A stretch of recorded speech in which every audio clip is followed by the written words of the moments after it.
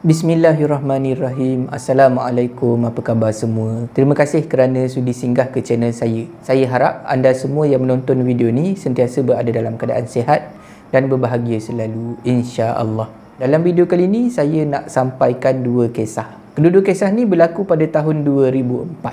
Tahun yang sama. Cuma lokasi dia berbeza lah. Kisah pertama berlaku di negeri Sarawak, kisah kedua pula berlaku di negeri Terengganu. Berlaku kepada saya sendiri. Saya tambah cerita saya tu sebab dia ada sedikit persamaan lah. Tanpa membuang masa, jom kita teruskan.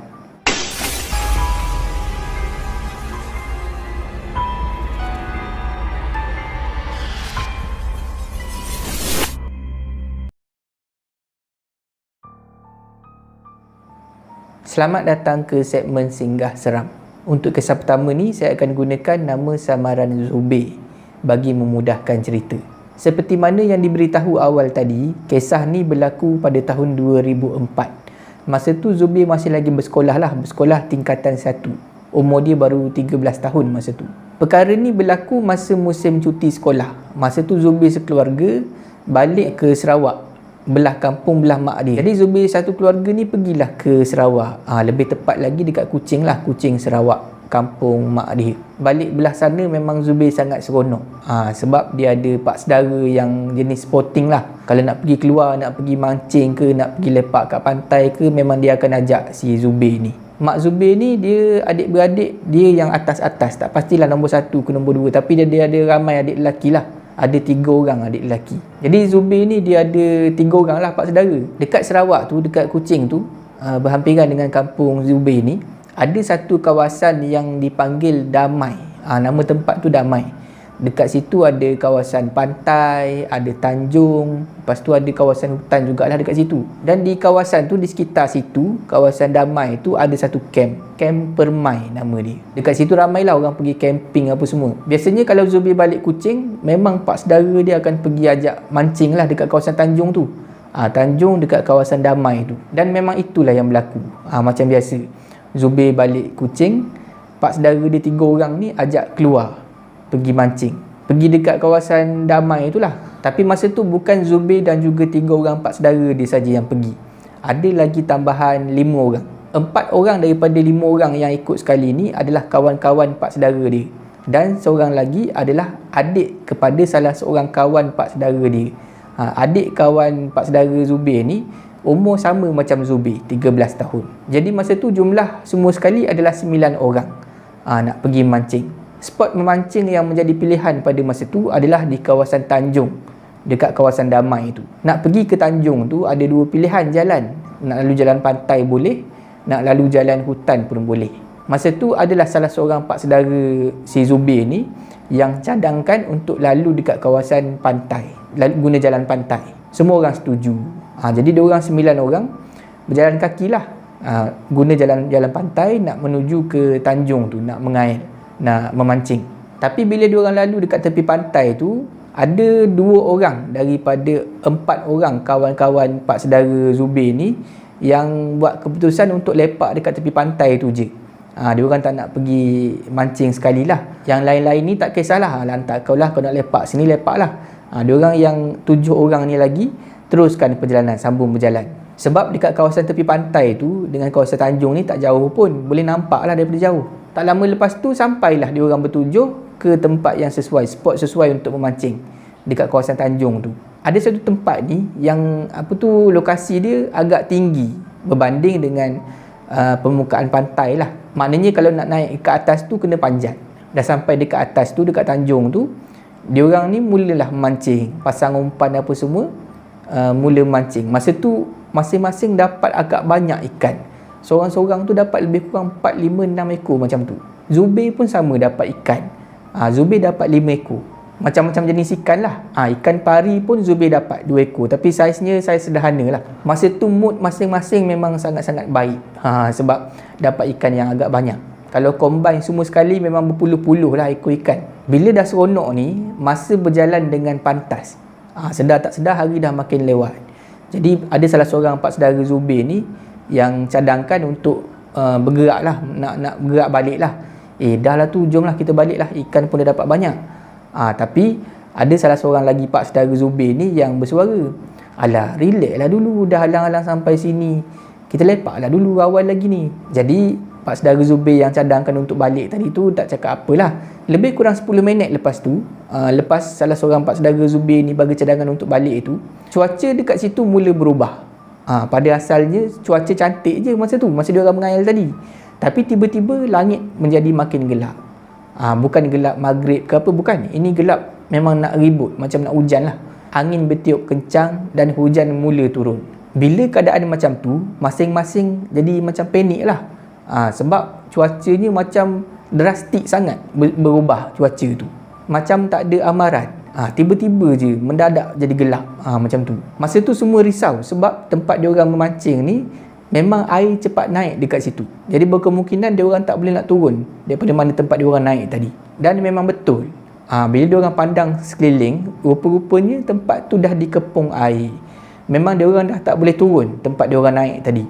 Ditambah pula masa tu masing-masing bawa ikan kan, ikan yang dia orang dah tangkap tadi. Jadi memang susah nak turun ikut situ. Daripada jauh, dia orang bertujuh ni nampaklah yang 2 orang lagi yang lepak tepi pantai tadi dah melambai-lambai dekat dia orang daripada jauh. Bila dah jadi macam tu, maknanya tak boleh lalulah jalan pantai tadi tempat dia orang datang tadi. Jadi salah seorang pak saudara Zubair ni bagi cadangan kita lalu dekat jalan hutan je lah.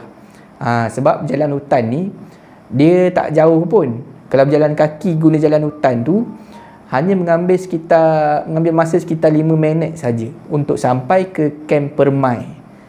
Kamp yang saya beritahu awal tadi, tempat biasa orang berkemah tu. Lagipun kawasan jalan hutan tu, dia sebenarnya tak adalah, kalau ikut standard Sarawak lah, dia tak adalah sampai level hutan tebal ke apa, tak adalah. Dia macam level-level semak je lah bagi dia orang. Tapi walaupun level semak tu, level apa orang kata, semak samun lah, dia punya pokok tetap tinggi. Semua pokok dekat dalam tu memang tinggi-tinggi. Tapi rasanya kalau kita orang Semenanjung ni memang dah anggap hutan lah kawasan tu kot. Tapi bagi dia orang tak. Bagi dia orang tempat tu hanya sekadar semak samun saja, cuma pokoknya tinggi-tinggi. Masa tu memang semua setujulah. Okey, kita lalu jalan hutan. Keadaan hujan masa tu dia mula-mula rintik-rintik je, makin lama makin lebat. Dan akhirnya memang lebat lah, memang betul-betul lebat turun. Semua orang dah basah lencut. Jadi masa tu tak ada yang tergopah-gapah apa semualah. Masing-masing steady aje. Berjalan kaki menuju ke hutan. Sebab yelah, memang baju seluar semua dah basah. Memang tak ada tempat nak berlindung. Kalau dia orang berlari sekalipun memang dah basah. Jadi dia orang ni relax je lah jalan kaki, bawa muatan masing-masing. Bawa tong ikan apa semua. Masa dia orang berjalan kaki 7 orang ni, dia orang relax je. Boleh ketawa, bergurau apa semua sebab memang dah banyak kali lalu dekat situ. Tapi dia orang mula perasan beberapa perkara yang pelik. Benda pertama yang pelik adalah dia orang tak sampai-sampai ke kawasan kamp Permai. Sepatutnya mengambil masa 5 minit aja untuk sampai. Tapi dia orang berjalan 5 minit, lebih 5 minit tak sampai-sampai. Dia orang rasa jalan yang dia orang biasa lalu tu jadi makin panjang. Berjalan kaki lagi 10 minit tak sampai. Nak kata sesat, memang tak sesat lah sebab dah biasa lalu. Itu perkara pelik pertama yang dia orang perasan.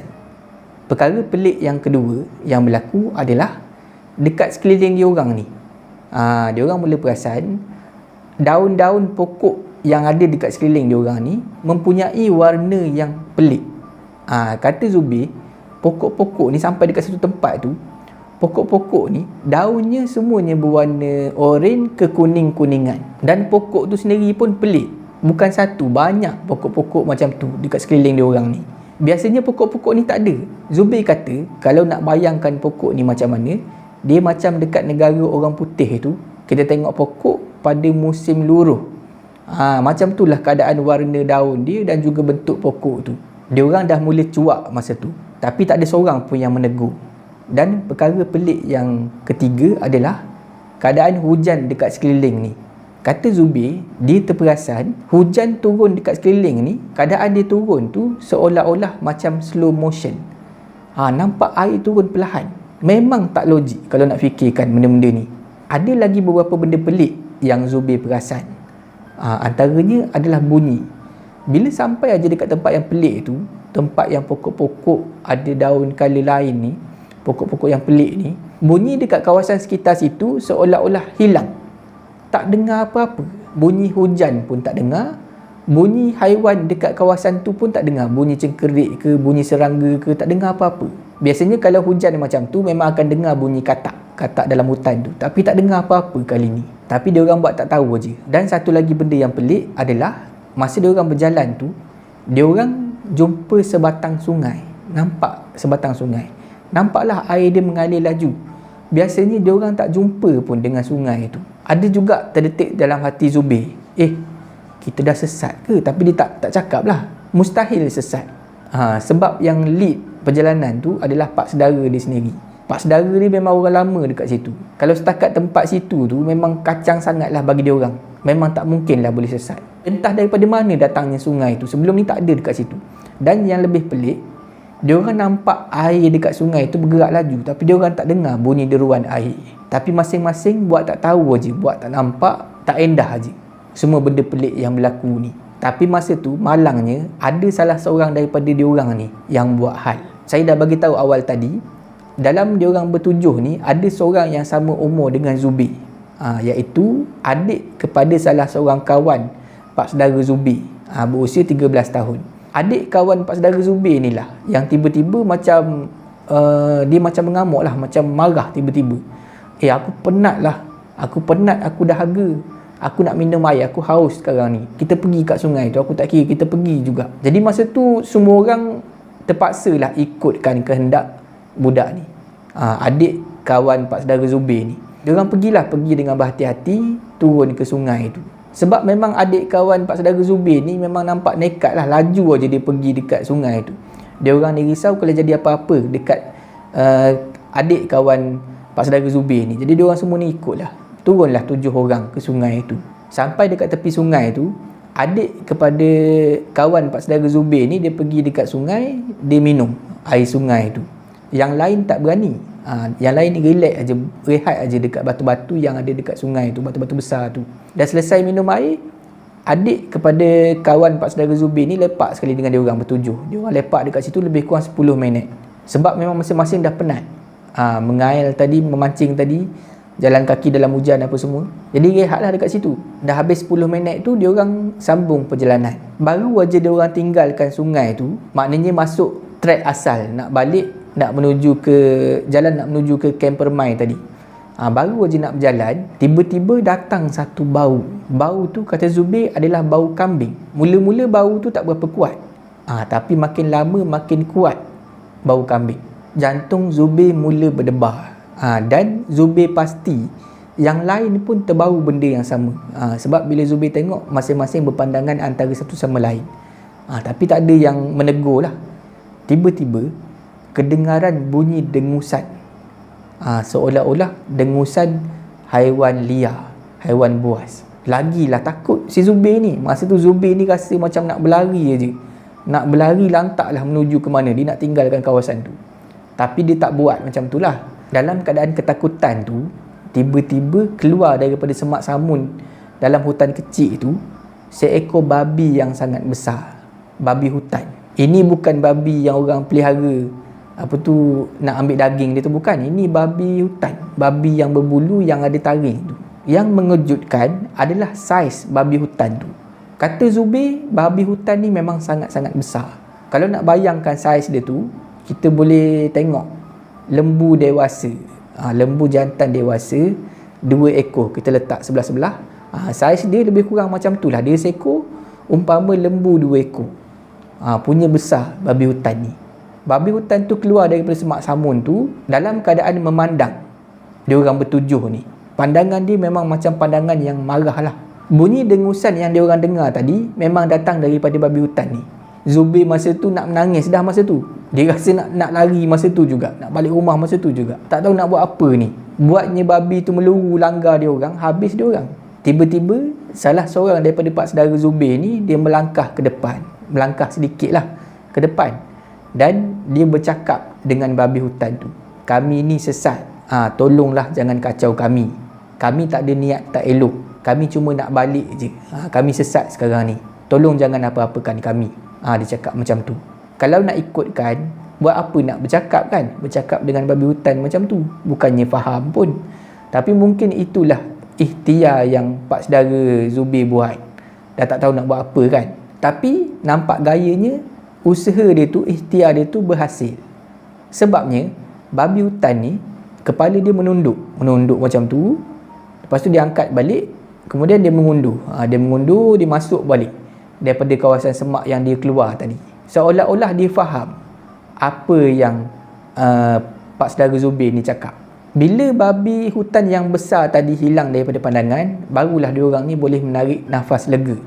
Tapi masa tu hujan masih lagi belum berhenti. Jadi diorang ni teruskanlah perjalanan. Tak lama lepas tu, diorang ni berjalan. Dia posisi macam ni. Dekat depan pak saudara Zubir. Lepas tu Zubir dekat belakang pak saudara dia lah. Lepas tu kawan-kawan pak saudara Zubir dan antara yang paling belakang adalah adik kepada salah seorang kawan pak saudara Zubir tu. Dia ada kat kawasan belakang-belakang ni.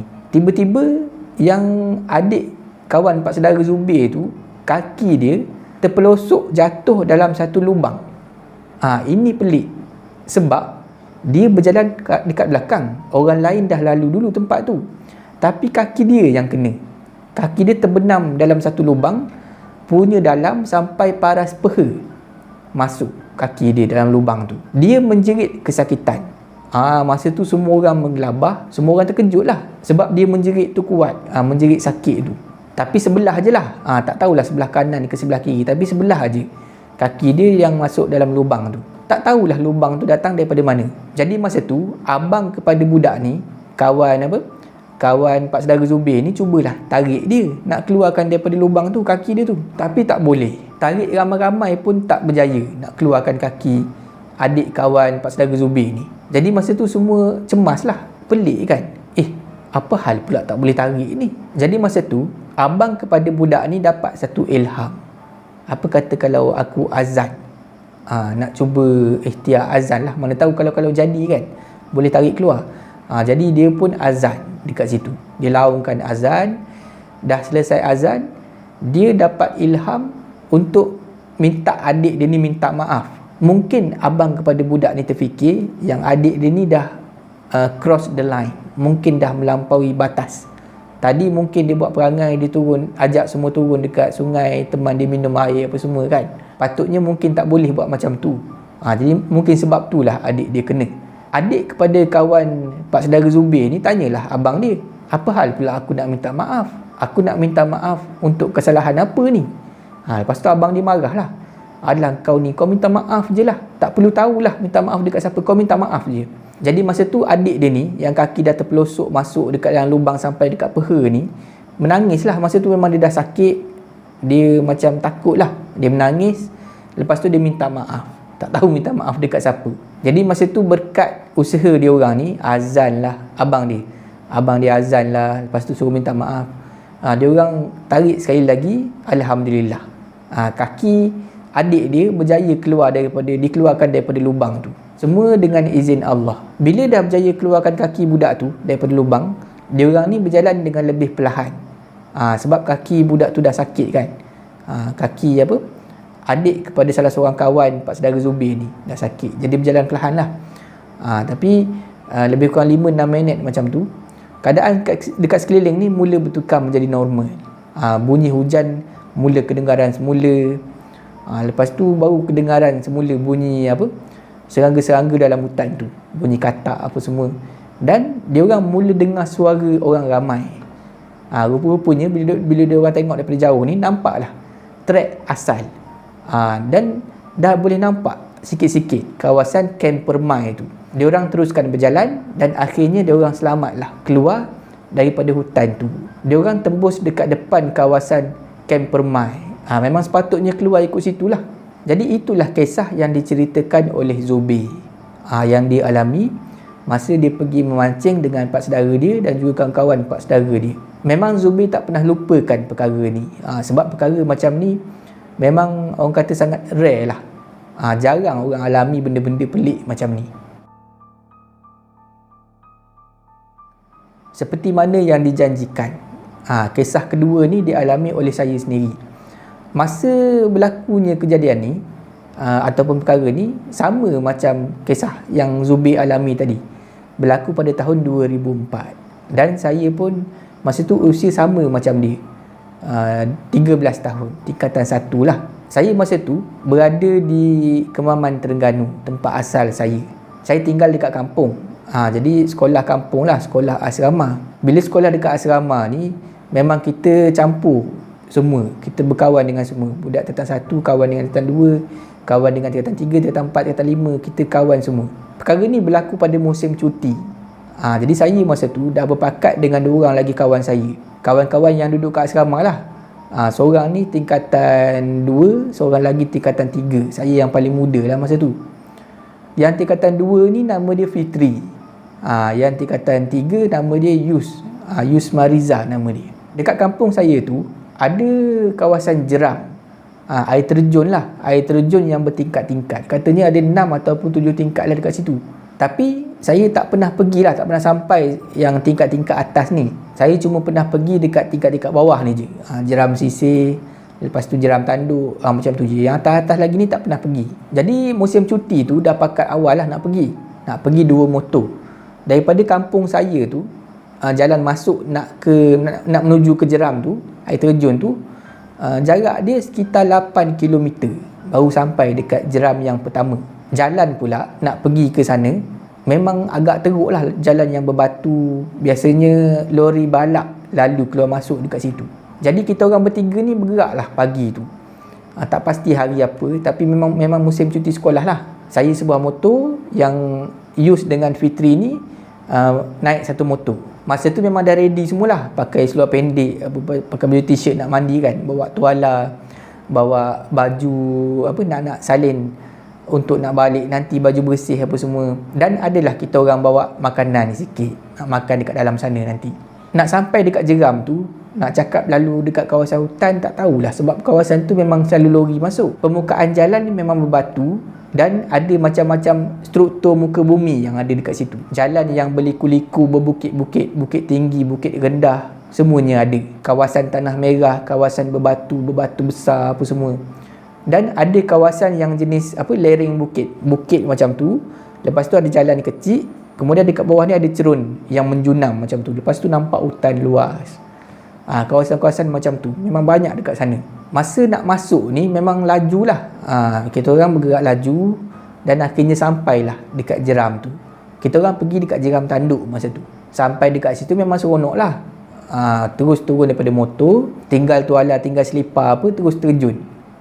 Memang seronok mandi, air jernih, air sejuk. Memang sebelum ni dah pernah pergilah dekat situ. Dipendekkan cerita, dah puas mandi, naiklah ke atas. Makan makanan yang dah bawa tadi. Jadi sedang makan tu, kita orang terperasan tayar motor. Tayar motor yang Fitri dan juga Yus naik tadi, nampak macam dah kempis, macam dah bocor. Jadi kita orang pergi cek, tengok. Rupa-rupanya memang dah bocor. Tak tahulah masa bila tayar tu bocor. Mungkin dah nak sampai tadi baru bocor langgar batu, tak sedar ke apa kan. Ataupun ada bocor kecil ke apa, sampai-sampai dah lepeh tayar. Tak pastilah. Tapi masa tu tak kisah. Sebab motor saya masih lagi elok. Jadi boleh keluar berdua, tinggal seorang dekat situ. Kemudian masuk semula, ambil seorang lagi. Macam tu lah kiranya. Tapi malangnya bila tengok tayar motor saya pun pancit juga. Tak tahulah masa bila pancit. Tak ingat dah tayar depan ke tayar belakang. Bila dah dua-dua tayar pancit ni, memang tak boleh nak bonceng lah. Memang kena keluar seorang aja. Memang tetap kena keluar seorang. Kalau naik berdua memang habis, rosak dia punya rim tayar tu nanti.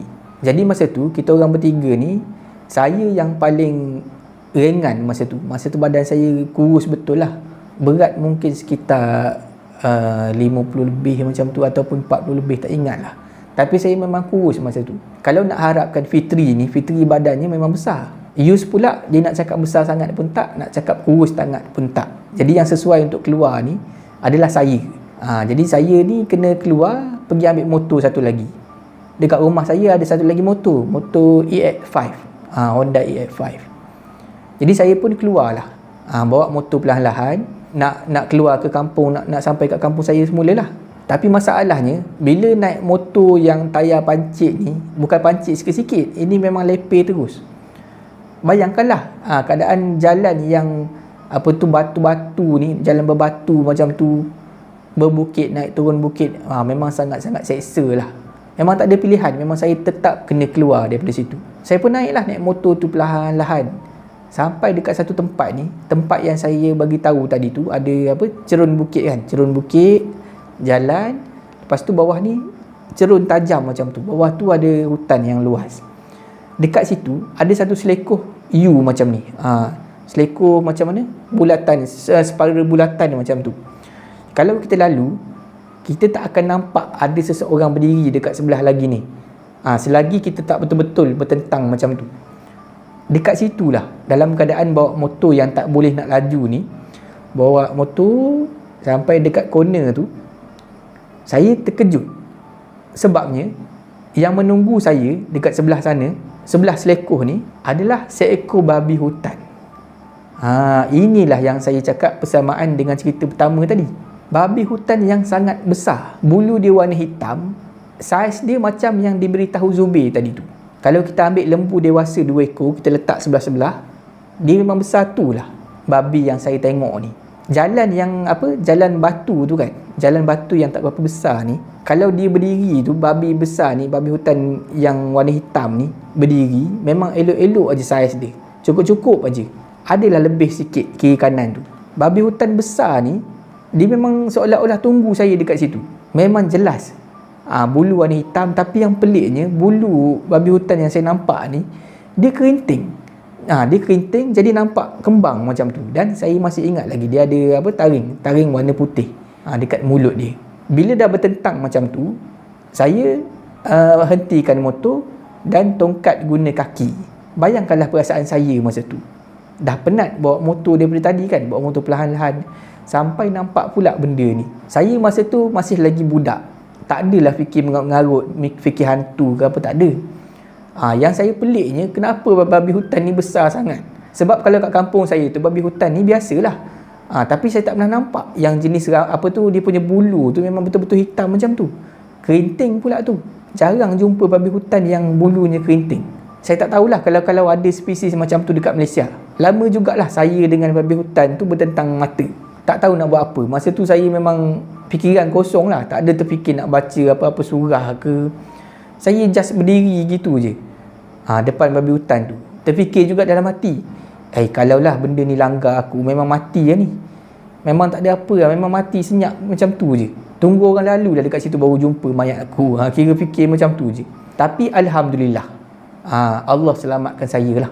Babi hutan tu, daripada keadaan dia bertentang dengan saya ni, dia terus turun cerun yang curam tu, menuju ke arah hutan yang tebal dekat bawah.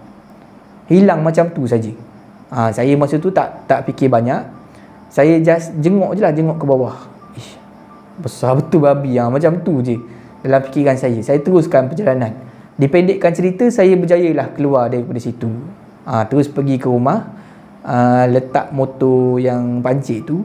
Adalah masuk rumah sekejap, bagi tahu mak apa semua, tapi tak cerita detail lagi lah. Cakap motor pancit aja, motor use, motor Fitri pun pancit kat dalam. Jadi nak keluarkan dia orang lah. Ambil motor EF5, masuk semula ke dalam. Masa tu saya ambil pump sekali, ambil pump tayar sekali, nak pump tayar dia orang kan. Dipendekkan cerita, masuklah semula bawa pump. Sampai dekat dia orang, pump tayar bolehlah. Saya bawa motor yang pancit tu pula, yang dia orang ni naik motor saya, motor EF5 tu, sebab saya ringan.